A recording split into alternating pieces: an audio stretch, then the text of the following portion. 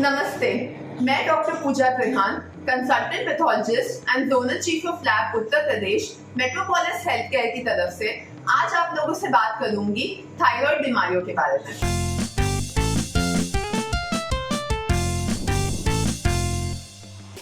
अब बड़े लोगों में तो हमने बहुत बार थायराइड बीमारियों के बारे में देखा होगा, सुना होगा, जांच करवाई होगी, पर हम में से कितने लोगों को पता है कि थायराइड बच्चों में और एडोलेसेंस यानी किशोर अवस्था में भी बहुत कॉमन है।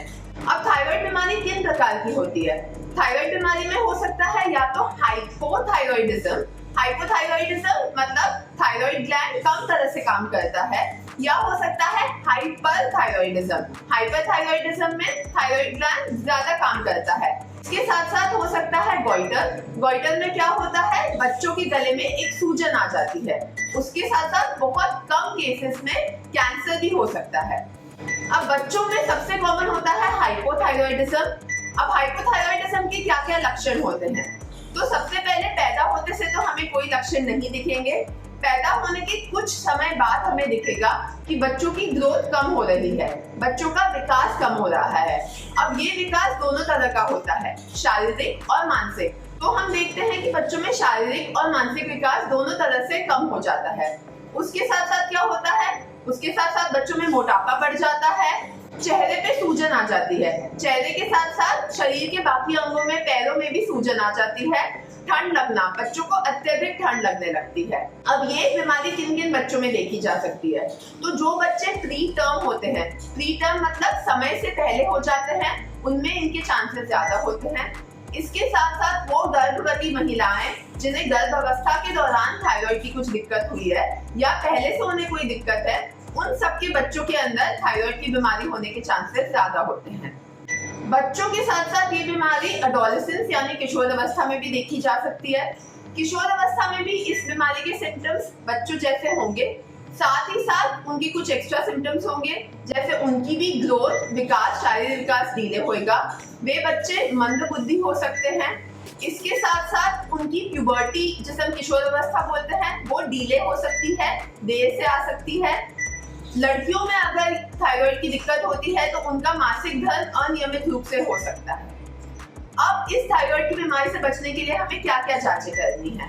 तो हमें बच्चे के पैदा होते से ही 72 घंटे के अंदर थायराइड की जांच करना बहुत जरूरी है। इसके लिए या तो हम एक नॉर्मल ब्लड सैंपल दे सकते हैं।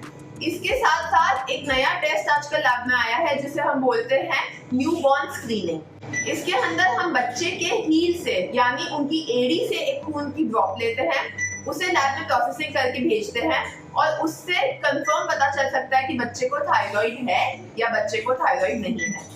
अब इस टेस्ट के अंदर हम कौन सा हार्मोन देखते हैं? तो जिसे हम देखते हैं उसे हम बोलते हैं TSH, जिसे बोलते हैं थायराइड स्टिमुलेटिंग हार्मोन। अगर ये हार्मोन ज्यादा होता है अपने नॉर्मल लेवल से तो इसका मतलब थायराइड कम काम कर रहा है। अगर ये हार्मोन कम होता है तो इसका मतलब थायराइड ज्यादा काम कर रहा है। इसके साथ साथ हम जो दूसरे टेस्ट करवाते हैं वो होते हैं टोटल T3 या फ्री T3 और टोटल T4 और फ्री T4। साथ में एक और टेस्ट कभी कभी हमें जरूरत पड़ती है जिसे हम बोलते हैं थायराइड एंटीबॉडी टेस्ट। अब ये एंटीबॉडी क्या होती है? एंटीबॉडी वो सेल्स होते हैं जो हमारे बॉडी के खुद के सेल्स को डिस्ट्रॉय करते हैं या उनको मारते हैं। तो ये एंटीबॉडीज हमारे खुद के थायराइड ग्लैंड के से लड़ती है और थायराइड ग्लैंड को नष्ट करती है। इसलिए कुछ सिचुएशन में हमें इसका टेस्ट करवाना भी बहुत इंपॉर्टेंट है। अगर समय रहते हमने ये टेस्ट करवा लिए तो हम बच्चों का जो मानसिक और शारीरिक विकास में जो दिक्कतें होती है उसे हम सही टाइम पे रोक सकते हैं। एक बार वो मानसिक और शारीरिक विकास रुक गया, फिर हम टेस्ट करवाएं या हम ट्रीटमेंट दें, हम उसको वहां पर रोक तो सकते हैं बट हम उसको वापस से ठीक नहीं कर सकते। इसीलिए बहुत इंपॉर्टेंट है, बहुत अनिवार्य है कि जैसे ही बच्चा पैदा हो या किशोरावस्था में हमें उसमें कुछ भी इस तरह के सिम्टम्स दिखने लगे, हम टाइम रहते सही जांच करवाएं और सही टेस्ट करवाएं ताकि हम इस बीमारी को प्रिवेंट कर सकें। धन्यवाद।